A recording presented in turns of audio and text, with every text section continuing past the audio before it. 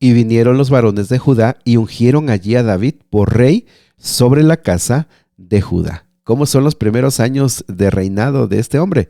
Vamos a descubrirlo juntos en 2 de Samuel, capítulo 2. Muchas felicidades por estar estudiando la palabra de Dios. Síguenos por favor en las redes sociales, en Facebook, Momentos de Esperanza MX, en YouTube y en Spotify, Momentos de Esperanza. Comparte, dale like y también déjanos un comentario. Eso ayuda para que otras personas puedan conocer de este plan. Muy bien, pues vamos al capítulo de hoy.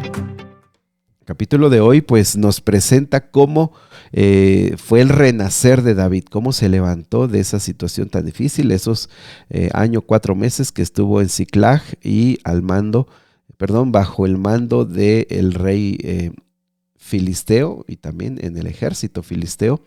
Pero de todos esos, ese periodo tan triste de haber sido perseguido y de haber pasado tanta soledad y tantos problemas, ¿cómo renace? El versículo número 1 es para subrayarse porque dice: después de esto aconteció que David consultó a Jehová. Mis amigos, esta expresión encierra no solamente el deseo de saber la voluntad de Dios, sino el deseo de acatar la voluntad de Dios. Porque miren, lo que seguía era lógico. Si ya murió quien te perseguía y una buena parte del pueblo también quiere que tú seas rey, pues regresa ya y reclama lo tuyo. Eso es algo como lógico de pensar. Sin embargo, a veces lo que es lógico y parece lo razonable, hay que consultarlo con Dios y hay que preguntarle y hay que tener el deseo de escucharlo. Esto es lo que va a marcar de ahora en adelante la vida de David: consultar a Jehová. ¿Y cuál era la pregunta? ¿Debo regresar a alguna ciudad? Y el Señor le respondió sí. ¿Cuál debería ser la ciudad? Y le contestaron que era la ciudad de Hebrón. La ciudad de Hebrón es una de las ciudades más antiguas. Allí descansaban, estaba la tumba de Abraham, de Isaac, de Sara. Era una ciudad donde pues tenía bastante historia, y también en esa ciudad tenía bastantes, o básicamente todos apreciaban y reconocían que David debería ser el próximo rey. Y también recuerda, hace unos días leíamos cómo del botín de Amalek, David le había enviado presentes a estas aldeas. Así que había una buena amistad y era lógico ir ahí, pero fue no por el deseo de ir a reclamar un reino, a pelear por un reino, como lo vemos aquí, fue porque Dios le estaba diciendo: tienes que ir a este lugar. Versículo 2 y 3 nos menciona cómo David va cada vez creciendo más. Ahora va con sus 2 esposas, va con los hombres que le han seguido y que han combatido con él, que han peleado con él, lado a lado, cuerpo a cuerpo, han estado juntos. Y varios de ellos tienen familias, así que se establecen en las ciudades cercanas a Hebrón. También muy interesante, dice que el versículo número 4, los de Judá vinieron y lo ungieron como rey de Judá. Recordemos, más adelante definitivamente el reino se va a dividir solo en 2 partes: Israel en el norte y Judá en el sur. Los de Judá lo reconocen, lo validan, y aquí algo muy importante: David no lo reclama, no lo pide. Sabe que es el plan de Dios, y si es el plan de Dios, Dios usará a otras personas para que te vean y digan: este es. Y eso es muy importante, porque a veces la autopromoción o el andar buscando nosotros mismos títulos, cargos, nombramientos y sobre todo proyectos en la vida, no siempre es lo más correcto. Si Dios ve algo en ti y quiere ponerte a ti en algún aspecto, trabajo, para levantar un negocio, una empresa, no lo sé, en cualquier aspecto de la vida, también las usará personas para que puedan ponerte en ese lugar. Ahora, pasó algo también muy interesante.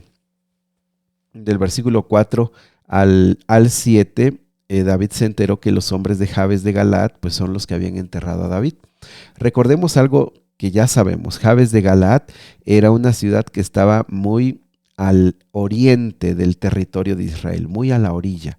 Y eso lo que hacía es que fueran ellos presa fácil de los ejércitos que vinieran del desierto del oriente. También recordemos que ellos fueron los que fueron defendidos por Saúl cuando Saúl comenzó su reinado, y que ellos fueron los que sepultaron a Saúl. Así que David, en gratitud, pero también estratégicamente, les envía un mensaje, les dice, qué bueno, que el Señor les bendiga, así como ustedes fueron leales con Saúl, por darle un entierro digno, por todo lo que ustedes hicieron, que Dios les recompense con su amor inagotable. Yo también les voy a recompensar por lo que ustedes han hecho, versículos 6 y 7. Y ahora que Saúl ha muerto, les pido que sean mis súbditos valientes y leales, igual que el pueblo de Judá que me ha ungido como su nuevo rey.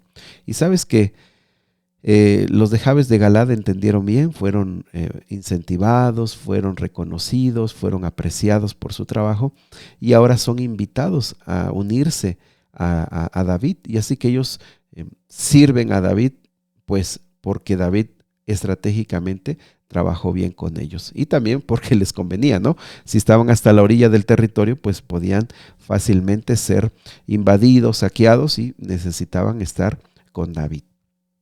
Del versículo número 8 al 11 nos presenta qué pasó con la casa de Saúl.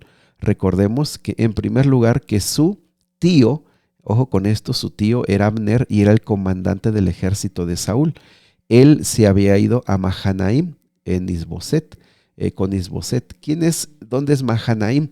Bueno, Mahanaim es una ciudad un poquito al norte, al noreste, en una ciudad un poquito alejada del sur y de la zona de los filisteos. Este se llevó a Isboset, el único hijo sobreviviente de Saúl, y allá proclamó a rey de Galaad, de Jezreel, de Efraín, de Benjamín. Bueno, lo que básicamente está haciendo Abner es colocar a su sobrino, el sobreviviente de Saúl, lo pone como rey en esa zona del norte, noreste, toda esa región alejada de David, lo pone como rey. No porque haya sido algo que Dios le inspiró o porque haya estado interesado en el bien del pueblo. Lo que realmente pasa es que Abner, por todo el trayecto que hemos estado estudiando y que todavía vamos a leer más de este hombre, era un hombre despiadado, malvado, era un hombre totalmente egoísta, apartado de Dios, y lo único que le interesa aquí son pues ver por su interés y su futuro. Así que pone a este muchacho, dice el versículo 10 que tenía 40 años, gobernó 2 años en Mahanaim y el demás pueblo, Judá, permaneció leal a David. Y David estuvo en Hebrón, aquí hay como un paréntesis, gobernó 7 años y medio en Hebrón.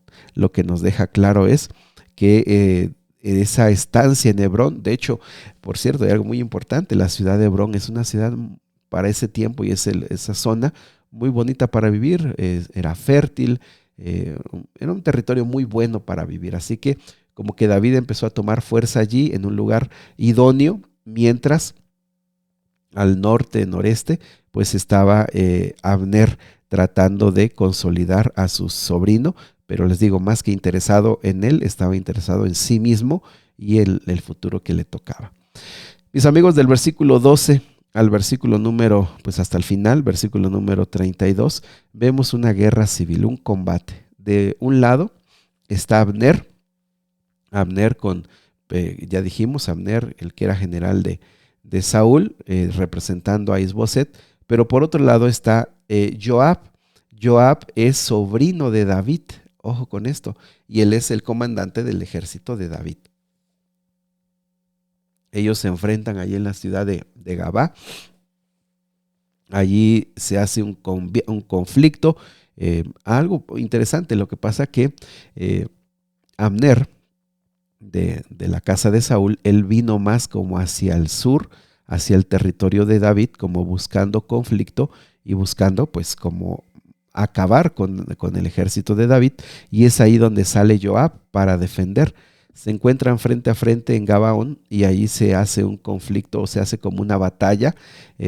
La Biblia dice que 12 hombres de cada lado pelearon, pero que básicamente se mataron al mismo tiempo y murieron todos, los 24 murieron. Y entonces se desata ya la guerra, el combate, la batalla entre los de David contra los de la casa de Saúl. Joab, por su lado, sobrino de David, como hemos mencionado, venía con su hermano Abisai y Asael.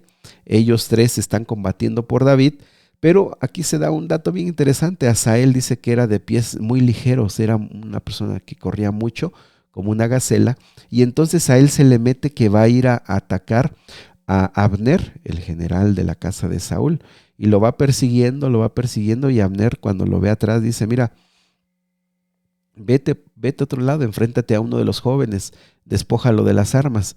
En otras palabras, mira, ve a buscar a alguien pues con el cual tú puedas ganar. Pero Asael seguía persiguiéndolo. Abner le volvió a gritar: mira, no quiero matarte, ¿cómo voy a darle la cara a tu hermano Joab?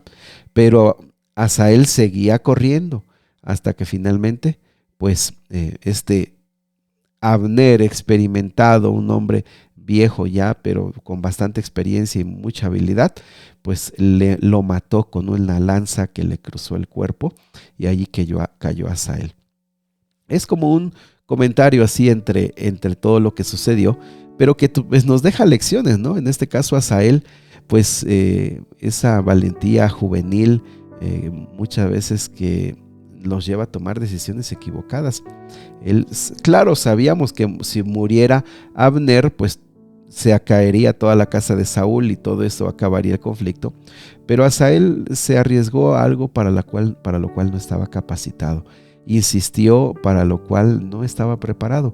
Abner lo trató de disuadir: sabes que no quiero un conflicto contigo, pero finalmente murió este joven, ¿no? Como que hay algo que aprender.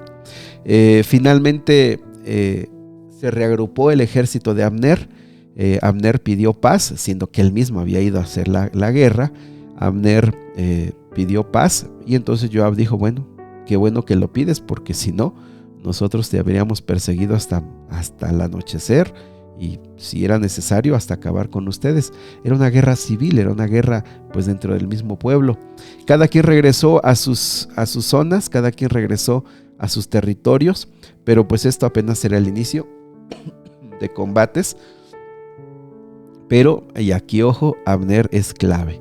Abner es el que manda, Abner es el poder detrás de Isboset, y todo por, nuevamente, hombres viejos, caso igualito a Saúl, pensando en sí mismos, egoístas, ningún temor de Dios, ningún temor de lo que Dios quiera, ningún temor de lo que Dios espera. No, ellos están viendo por sí mismos. Y amigos, creo que esa es también otra lección muy importante. Personas de este tipo, como Saúl, como Abner, hacen tanto daño no solo a sí mismos, sino a mucha gente por sus decisiones. Parece que a veces, bueno, aquí vemos un gran contraste, ¿no? Asael en su juventud y en su deseo de su juventud y de hacer algo grande, muere por su inexperiencia, por ser atrevido más allá de sus fuerzas. Pero Abner, en su necedad, en su pensamiento tan cerrado y egoísta, también hace daño. Creo que, como lo vamos a leer algún día en Job, la sabiduría no es ni de los viejos ni de los jóvenes. La sabiduría es de aquellos que buscan a Dios y son nobles para escuchar qué es lo que Dios pide. Querido Padre, te damos gracias porque nos cuentas los detalles de estas historias que nos ayudan a entender la vida, a comprender cómo se dan las cosas en la vida y a ver que los conflictos de hoy no son nuevos, siempre han estado, y que los defectos humanos y los errores humanos se vuelven a repetir porque los volvemos a cometer como en el pasado. Ayúdanos a aprender de esto, ayúdanos a tener sabiduría, a tener inteligencia, y guíanos, Señor, es nuestro deseo. Te lo pedimos, Señor, en Jesús. Amén. Que Dios te dirija, sigue orando, abre tu corazón al Señor. El Señor quiere escucharte.